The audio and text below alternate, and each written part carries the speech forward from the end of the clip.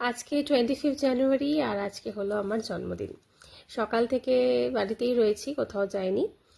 Already কালকে বুক মাই show থেকে movie ticket কেটে রেখেছি, তো মুভি দেখবো, ডিনার করব।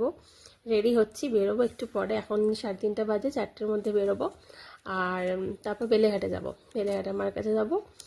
আর কালকে 26 জানুয়ারি আমাদের ক্লাবের একটা প্রোগ্রাম আছে, সেখানে আমার 4জন স্টুডেন্ট পারফর্ম করবে, তাই একটু রিহার্সালও রেখেছি। আর ওদের একটু ট্রিট না দিলেই নয়, পাগল করে দেয়।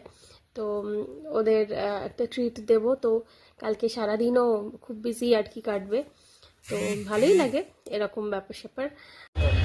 আর এখন সেজেগুজে এসে গেছি আমি আর এই যে নীলাঞ্জন। আমরা এসে গেছি স্টার থিয়েটারে কাকাবাবু দেখতে। তো তারপরে ডিনার করবো, তারপরে তো দেখি কেমন হলো মুভিটা। মিশর রহস্য তো দারুণ লেগেছিল।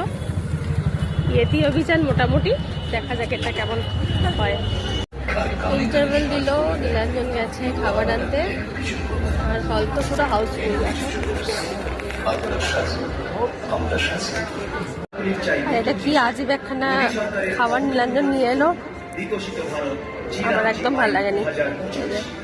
কফি নিয়ে এসছে।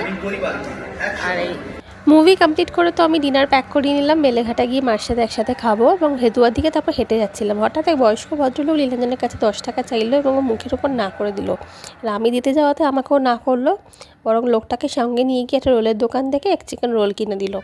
তো পরে আমাকে বলল যে রাস্তাঘাটে বয়স্ক বাচ্চা যাকেই পাবি, কেউ যদি এরকম টাকা চায়, টাকা না দিয়ে সাধ্যমতো যেটুকু পারবি খাবার কিনে দিবি, যাতে তার পেটে অন্তত যায়। কারণ এই টাকা পয়সাগুলো আদৌ তাদের কোনো কাজে লাগে কিনা আমরা তো জানি না। কারণ কত কি তো ব্যবসা হয় আজকাল শুনি, যেটা আমার খুব ভালো লাগলো আর এটা খুব শিক্ষণীয়।